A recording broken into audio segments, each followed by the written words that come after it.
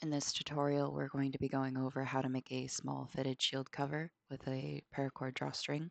This process will be easiest if you have the shield blank in front of you and you can use it to trace, but you will need 1 yard of fabric, a matching thread to your fabric, 3 yards of paracord, some scissors, a measuring tape or some other type of measuring device, and then optional, a lighter and pliers for finishing your paracord, and then a safety pin for pinning your paracord so it does not pull through. We are going to start out by placing the shield blank on your fabric.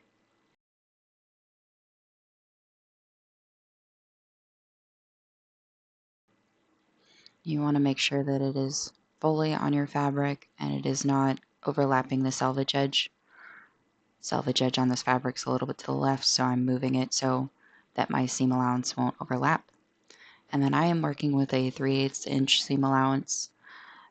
If a seam allowance doesn't mean anything to you, just measure 3/8 of an inch out from your shield blank, and then you're going to want to line your fabric up with the edge of your presser foot on your machine. And so I am cutting around the blank, leaving my seam allowance of 3/8 of an inch. You can measure all the way around and pin or write with a marker. I am just eyeballing it because I've done this so many times. When you are done cutting, you'll want to take a look at your fabric and make sure that it is exactly the shape of your blank plus your seam allowance. And so I'm good. For your side panel, you're going to need to measure the depth of your shield blank.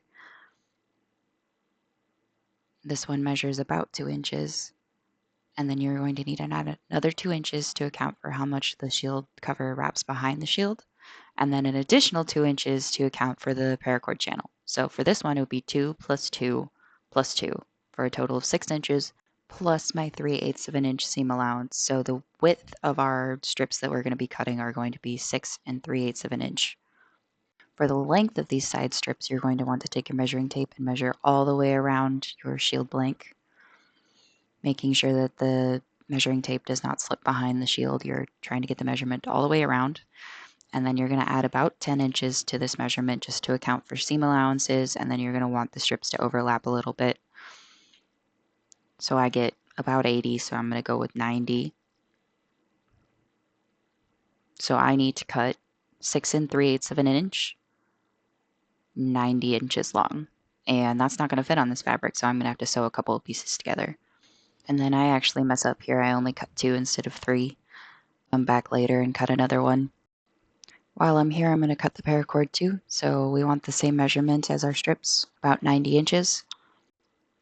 We are going to go ahead and finish our paracord. So I have a more in-depth video of how to do this, but you want to pull out the white part of the paracord a couple inches, snip it, then let the outer part of the paracord relax, apply heat to melt it, and then once it's melted, you're going to want to clamp it with some pliers. So I'll repeat that on the other side. And this side is actually the start of the back of the paracord, so it's already fused on one end, so I'm going to cut off that part. If you don't want to do this, you can just knot the ends, but now your drawstring is done. Next, we will take our strips and we're going to sew them together. Remember, I accidentally only cut 2. I should have cut 3. So we want to sew these strips right sides together, so the pattern of the fabric should be touching. Like I have to flip it around here. We are putting the seam, the ugly part, to the back of the fabric. We're going to line these up and pin them.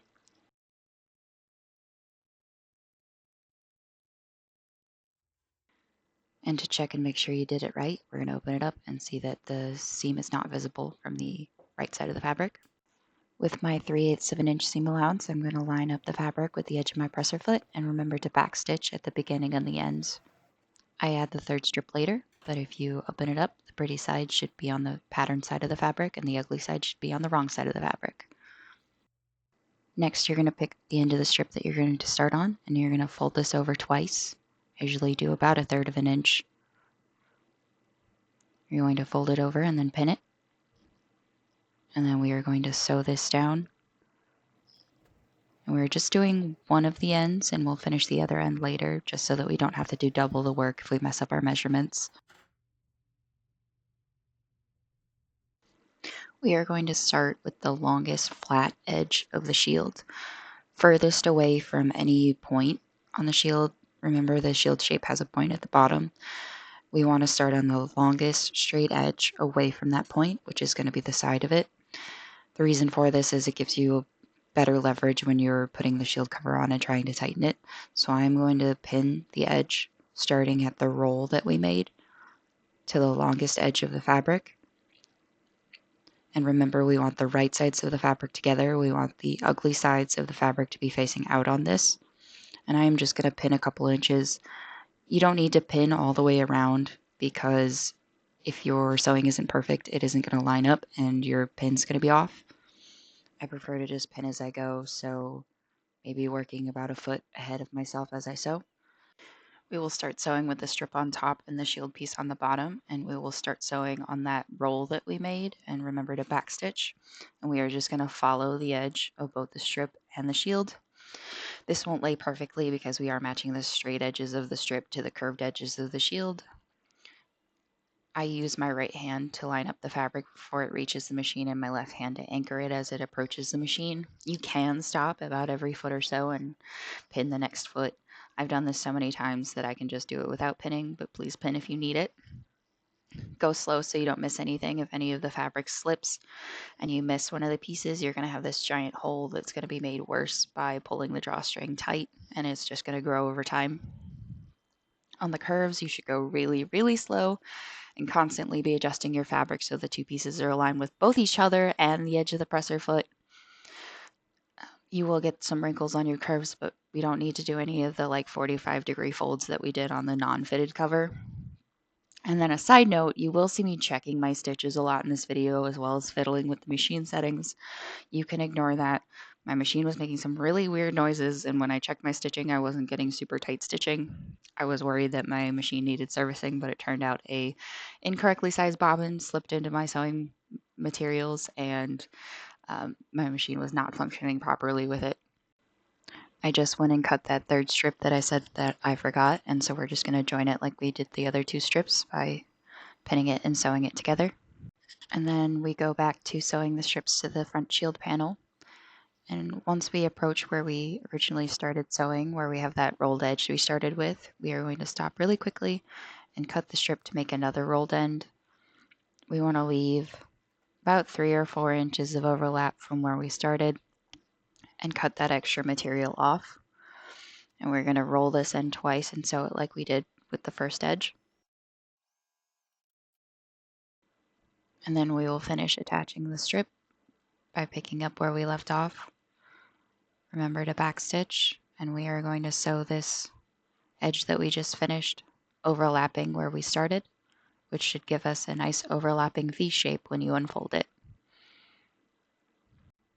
To start our paracord channel, we are going to grab our paracord and the edge of the strip we started sewing on, this rolled edge, grab our safety pin, and we're going to safety pin the paracord to this edge so it doesn't pull through. If you can't manage to do the sewing without accidentally sewing through the paracord, you can skip the paracord and thread it through later after you make the channel. We want to fold over about an inch, and we are going to line up the right side of the presser foot with the paracord that is pressed all the way to the right in this channel, and then the left side of the presser foot with the raw edge we folded over an inch. We are just going to start sewing on this rolled edge that we folded over to the wrong side of our fabric. Remember to backstitch. Some of the seams where I sewed my strips together don't line up perfectly, so I cut off the extra right here. Make sure not to cut through the actual sewing because your stitches will become unraveled.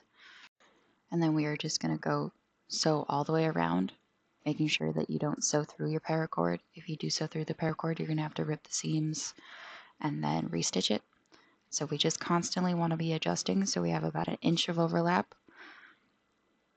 Paracord should be all the way to the right into the kind of where the fabric is folded, and then the left side of your presser foot should be lined up with that raw edge you folded over. And to know whether we are working on the correct side of the fabric, we want to be able to see all the seams in the ugly side that we made earlier. I'm going to go ahead and sew all the way around. This should be much easier because it's just a straight line. If you start to run out of paracord, you can gently pull on it to pull it through the channel. Make sure you have your needle down when you do so you don't move your fabric. And once we approach this edge, we are just going to backstitch and we are done. To put the cover on, you will do a starting knot, which I didn't know this knot had a name, but it's what you do to start tying your shoes, or it's the half of the granny knot. And then I usually loop the two ends of the paracord together, two separate knots, one starting knot and one so that my paracord doesn't pull through once I apply tension. And then we're going to lay this cover face down on the ground. And then we will put the shield blank face down inside of it. The shield blank should be touching all of the ugly sides of your fabric and your seams. You want to make sure that it's centered and all of the edges are flipped up over the blank. Otherwise they will catch when you start to apply tension. And then I put a foot in the center of my blank.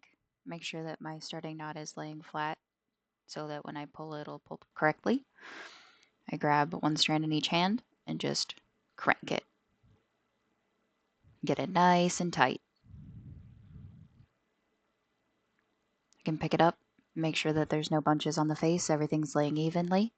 I'm going to give it another pull. Corners especially are going to need a little bit of rearranging to lay flat. And then when you're done and it's as tight as you'd like, tie a bajillion knots so that it doesn't come undone. Do not cut the extra paracord, otherwise you will not be able to take the cover on and off. Thank you for joining me, and if you have any questions, please leave them down in the comments.